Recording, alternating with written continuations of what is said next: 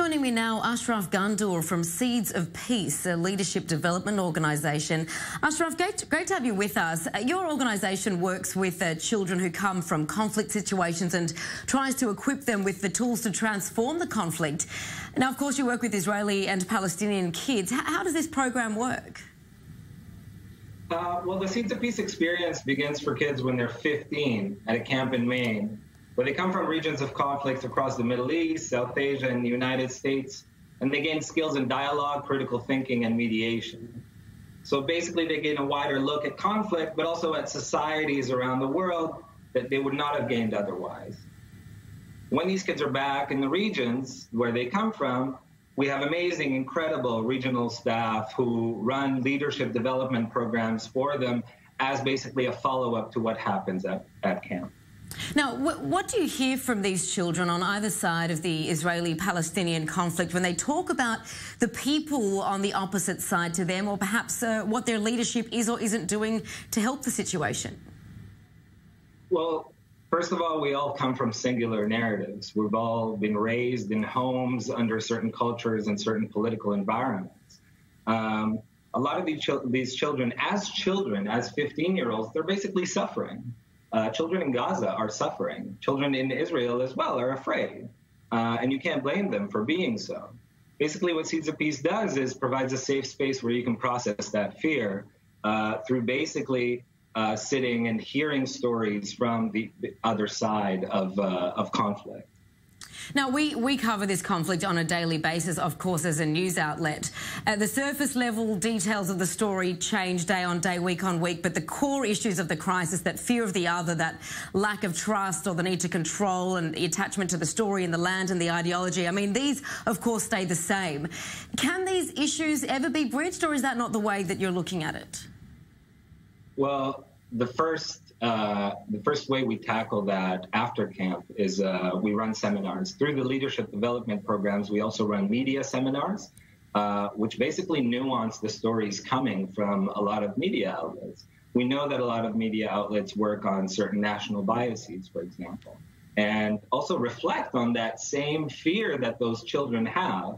The funny question isn't something to think about as a media outlet, is we are now older, we're more aware, and as journalists, how can we see the 360 picture that actually graduates and alumni of Seeds of Peace are, in fact, learning? So one of the faiths that we have is in our alumni who are actually in media and are looking to nuance those conversations beyond just national narrative and singular perspective stories.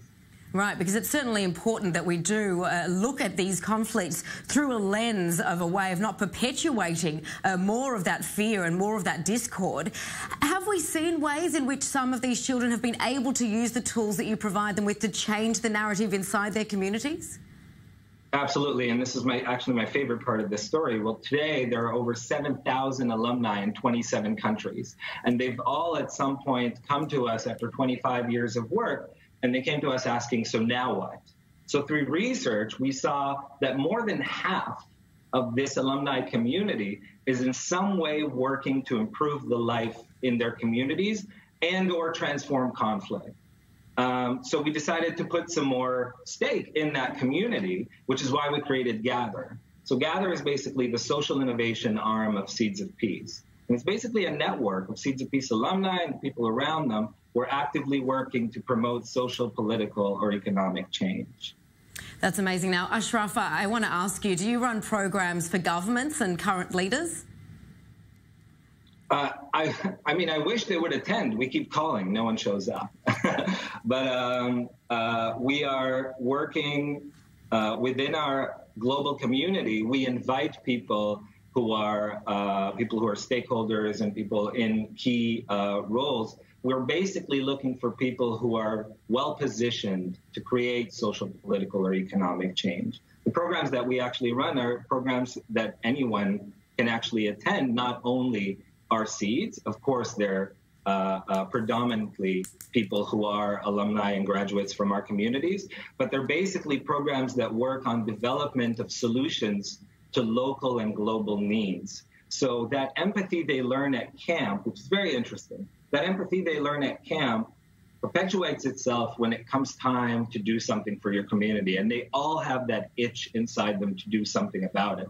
So what we do is we teach them and we provide them with the tools to go from need, from idea into product or service that they can provide to answer that need either in their communities or to transform conflict across borders. Well, empathy certainly is the operative word, and of course social change, something we're all hoping for. Ashraf, Ghandour.